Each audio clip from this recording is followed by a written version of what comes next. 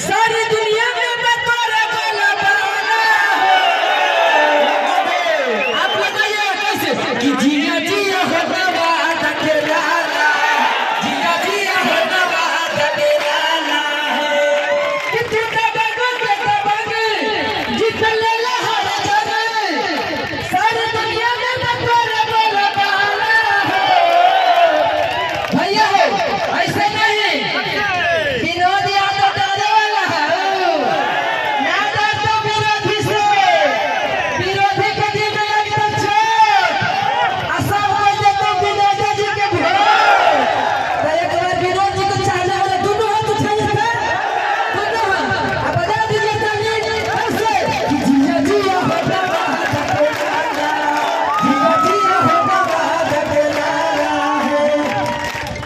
एक बात कहेंगे हम देहाती भाषा में, ये जो है से गलिए गलिए जाते हैं, हर गरीब के दूर पर जाते हैं, चाहे 9 बजे रात हो चाहे 3 बजे भोर हो, अगर समस्या रहता है तो कोई जाते हैं, विनोद यादव जाते हैं। तो वोट किनको देना है?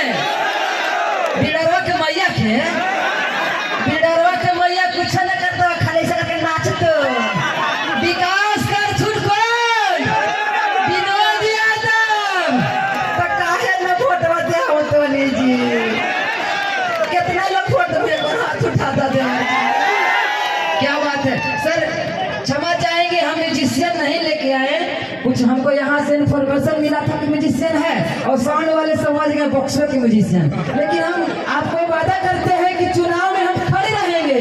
बिडरवा के पापा प्रचार के नाम से जाना जाता है, डाले हैं तो क्या हुआ, हम तो विनोद को चाहने वाले हैं, है ना?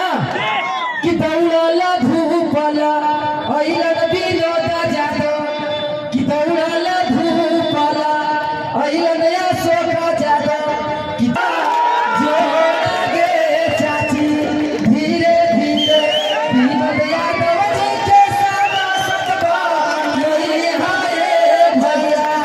एक बार गलिए गलिए घूमे एक बार गलिए गलिए घूमे आगे भाई विनोद जी के साथ बनाना है ना। तो इस नवादा में चोर बेईमान ना दलाल चाहिए, क्या चाहिए? कि चोर बेईमान ना दलाल चाहिए, ऐसे ऐसा ऐसा विनोद जैसा लाल चाहिए।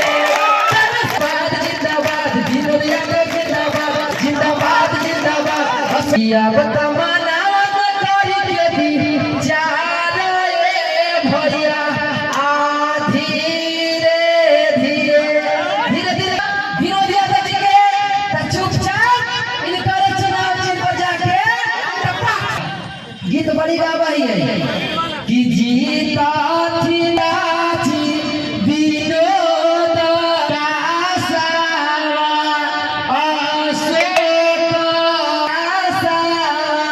आओ का कि